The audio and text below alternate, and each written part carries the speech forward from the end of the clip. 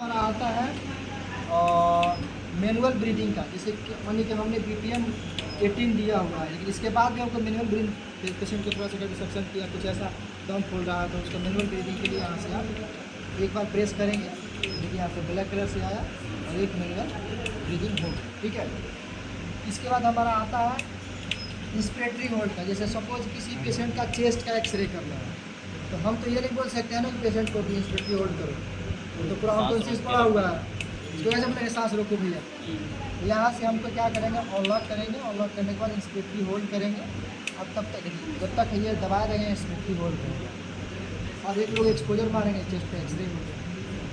ठीक है, बाकी आपको माइंड्री के वेंटिलेटर में फैसिलिटी नहीं मिलेगी, इंस्पिरेटरी होल्ड करने की फैसिलिटी माइंड्री के वेंटिलेटर में नहीं मिलेगी। वहाँ पे चेस्ट का एक्सरे लेना है आपको, अच्छा चाहिए तो मैक्स पे वेंट पे है तभी भी आप ले सकते हैं, उसको हटाना पड़ेगा, नहीं तो आपका मतलब आएगा लेकिन कुछ ना कुछ तो गड़बड़ होगा, रीडिंग तो गड़बड़ आएगा ही। आप इंस्पिरेटरी होल्ड नहीं कीजिएगा तो आपका चेस्ट में कफ वगैरह क्या कर रहा है तो उसको आप नहीं कर सकते, लेकिन यहाँ पे आपको ऑप्शन दिया हुआ है कि आप यहाँ से इंस्पिरेटरी होल्ड कर सकते हैं। 1 सेकेंड के लिए इंस्पिरेटरी होल्ड कीजिए, एक्सपोजर मारो, एक्सरे लो, इतना पेशेंट को कोई फ़र्क नहीं पड़ेगा। दूसरा चीज़ आपको बता रहे हैं, यहाँ पे जैसे सपोज किसी पेशेंट का हम किसी पेशेंट को मान लें कि अभी विन सिचुएशन में है, वो थोड़ा अच्छा रिकवर कर गया तो उसको हम 50% से ज़्यादा FiO2 नहीं देते, सबको पता है 50% से ज़्यादा FiO2 नहीं देते हैं। उस कंडीशन में किसी पेशेंट को हमने सक्शन किया, अच्छा पेशेंट है बट उसको 5 मिनट के लिए हमको 100% ऑक्सीजन एकदम गाड़ी दे के 5 मिनट आपके पास कुछ तो होना चाहिए, दे सकते हैं। अब इसके लिए आपको 5 मिनट के लिए आप ऑन करेंगे, फिर आकर के इसको ऑफ करेंगे, है कि नहीं, उसके लिए हमारे पास एक बेस्ट ऑप्शन है 100%। यहाँ से अनलॉक करेंगे 100% ऑन, यहाँ से इसको ऑन करेंगे।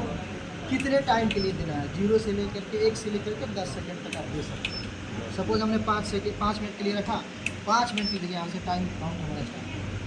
अब 5 मिनट के लिए कितना भी सेलेक्ट किया उससे फ़र्क नहीं पड़ता, 5 मिनट के लिए 100% FiO2 जाएगा ही जाएगा।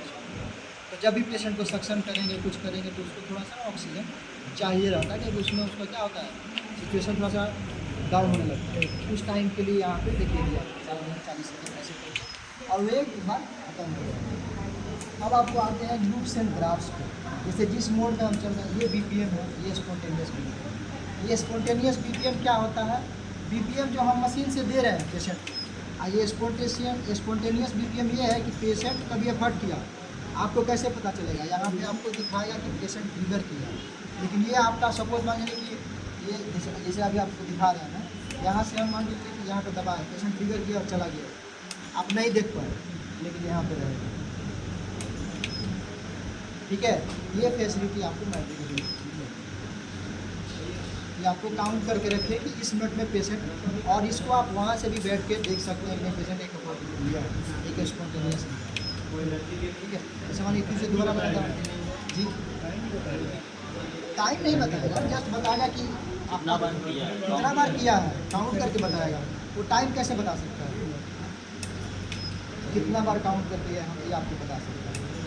अब आप नेक्स्ट आप देखेंगे, नेक्स्ट मोड आपका यहाँ से मोड चेंज करना है, यहाँ अनलॉक करेंगे, मोड पे जाएंगे, फिर आप यहाँ पे SIMB BC मोड एक आपको दिखा देगा। ठीक है, ये तो आपको दिखा दिए फ्लैट पेशेंट के लिए, और ये जो मोड दिखा रहा है जिस पेशेंट का अपना कुछ ब्रीदिंग, सपोज हमने यहाँ पे BPM सेलेक्ट कर दिया है और यहाँ पे फिर TI यहाँ आप सिलेक्ट करेंगे, यहाँ पे क्या करेंगे 1:2 ब्लैक वाला ही देखा, मैंने BPM लिख लिया।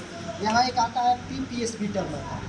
PPSB क्या होता है, जैसे सपोज आपकी हाइट डिसाइड करेगी कि आप कितना बड़ा साइकिल पे आप पैर पकड़ के चल सकते हैं, ठीक है, या फिर कितना आप जंप मार सकते हैं। जैसे हमारी नॉर्मल हाइट है 5 फुट 6 इंच, तो हम कितना जंप कर सकते हैं, लेकिन 7 फुट का कोई आदमी होगा उसको कोई चीज़ देंगे जंप करेंगे तो इजीली जंप करेंगे। सेम वैसे ही चीज़ है कि हमको जितना हमको पीक चाहिए रहेगा उतना, जितना PPSB बढ़ाएंगे उसके अकॉर्डिंग हमको पीक में बढ़ेगा, मतलब जितना PPSB आगे चलेगा उतना पीक बढ़ेगा। इन जनरली हम यहाँ से 12 से 15 के बीच में रखते हैं। जैसे सपोज मैं आपको एक एग्जाम्पल देता हूँ, यहाँ पे PPSB आपने सेलेक्ट कर लिया 6, आपको लगा कि नहीं यही पीक फर्स्ट बार आपने देखा, यहाँ पे सिलेक्ट कर लिए। नेक्स्ट हमारा पीप कितना आया ये। अब आप हमको फ़ोन पे कहिएगा कि इसका पीप नहीं बढ़ रहा है, बढ़ा, लेकिन आपको टर्मिनोलॉजी समझना पड़ेगा कि PPSP होता क्या है। PPSP आप जितना आगे बढ़ाइए, सपोज मतलब वैसे ही होता है कि मतलब फादर हमारे लंबे थे तो समझे, फादर हमारे छोटे थे तो हम भी छोटे थे, तो सेम वैसे ही कंडीशन है कि जितना बड़ा PPSP आपका उतना ही बड़ा आपका पीप का स्केल भी है, ठीक है।